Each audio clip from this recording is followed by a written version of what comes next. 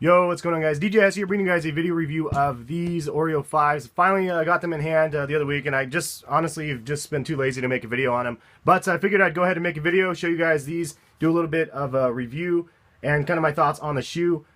This is kind of a controversial shoe in some sense because it was a release that not as many people were looking forward to as maybe previously for other Black Friday releases. But it's one of those shoes that I think that it's good that not very many people loved the shoe because it gave you a chance to get the shoe if you didn't, if you actually did like the shoe. And I think that is something that is becoming more frequent nowadays, depending on the models that people are wanting. So there's a couple of things about the shoe. The reason why people were turned off about it.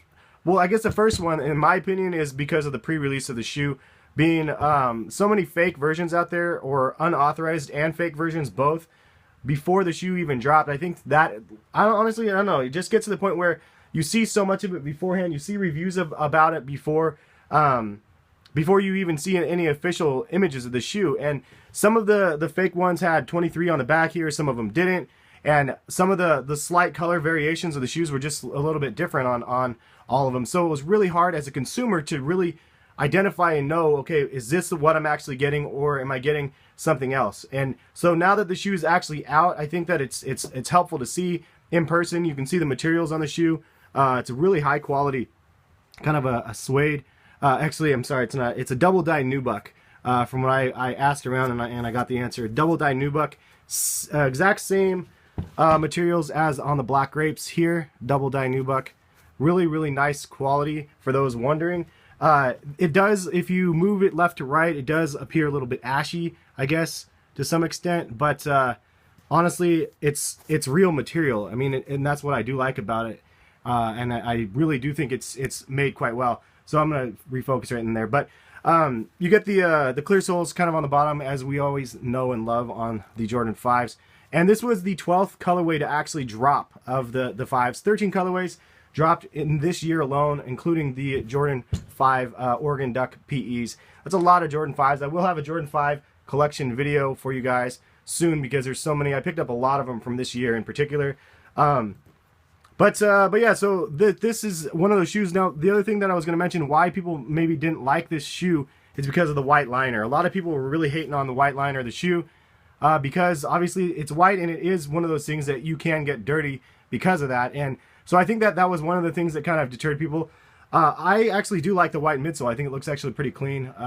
Really nice details on it. The paint job, if you can see it, it's actually pretty nice. And I apologize for the lighting. It looks like my thing's freaking out here. Maybe there. And I'm using my iPhone 5 as usual. A little bit of a mishap on the stitch right there. Not too bad. But sometimes I notice that. Watch your toe boxes and stuff. See if your stitching is good or not. Yeah, so it looks like it's just off a teeny bit on this one right here. Not too bad. Honestly, you wouldn't be able to notice it from a distance. But the other thing is I was actually gonna I actually was suggesting this on Twitter, and I wanted to mention it to you guys in the video. One thing that I thought that they could have done better on the Black Friday release for these Jordans is make them all black. Like, how rad would it be to get a blackout pair of Jordan 5s? We have a blackout 3 and 4 already, the Black Cats or whatever you want to call them. But have it all blacked out like on the Jordan 5, I think would be awesome. And it would have been an awesome idea for a Black Friday, and then continue that trend upwards. So do a blackout Jordan 6 and 7 and so on. You don't have to use only leather materials. I mean, you can mix up the materials, maybe do some leather, some suede, like on the 6s, like kind of how the hairs are. I think that would be a really dope idea. But back to the white collar thing. Some people are hating on the white collars. One of the favorites from past, the Jordan 4s here, the Dornbeckers, has the white collar. So not all shoes are bad that have the white collar. I think that it's one of those things that's kind of an acquired thing, and for some reason people didn't like these ones on that. There is one hit of gray on it. The tongue is actually gray, and that's pretty much it. Everything else is white and black. So that's pretty much it for the review. I just want to give you guys a quick overview of the sneaker.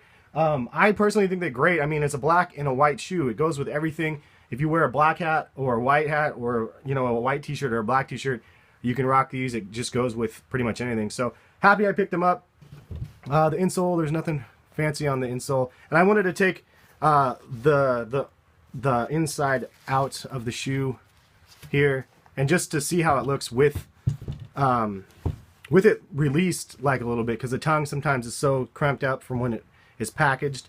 Obviously, it's definitely a fatter tongue. It's really quite a cush tongue versus when it comes packaged and stuff. So I like to take them out, let it breathe a little bit, just to give a different dynamic and look of the shoe. The LeBron 10s were the same kind of way. They're just packaged so tightly. That's nice to get a different look on them. But I have a couple different pickup videos that I'm going to be adding in, and also a couple different just random videos. Jordan 5 collection video coming up.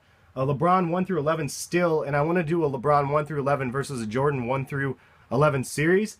Leave a comment, or hit me up on Twitter and leave a comment on what you want me to do for this series. I could do a different video, like, and just continue the series every week or something like that. Like have a Jordan 1 versus a LeBron 1, and then a Jordan 2 versus LeBron 2, all the way up through the 11s.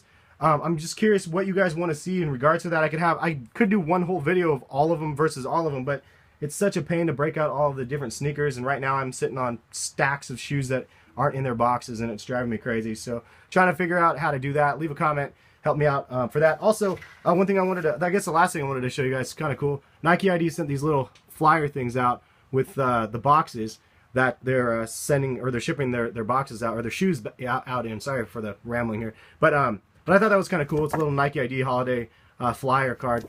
Kind of neat that they're actually doing that for the Nike ID, and Chris Paul getting a little bit of shine back here. I like that, as well as the LeBron 11 and the KD. So no Kobe on this. They replaced the Kobe with the Chris Paul. So obviously, because the Kobe has been changing it up with the Kobe 9 so far that we've seen. But that's about it. Have a good one, guys. We'll catch you guys for more videos soon, and enjoy the week. Peace.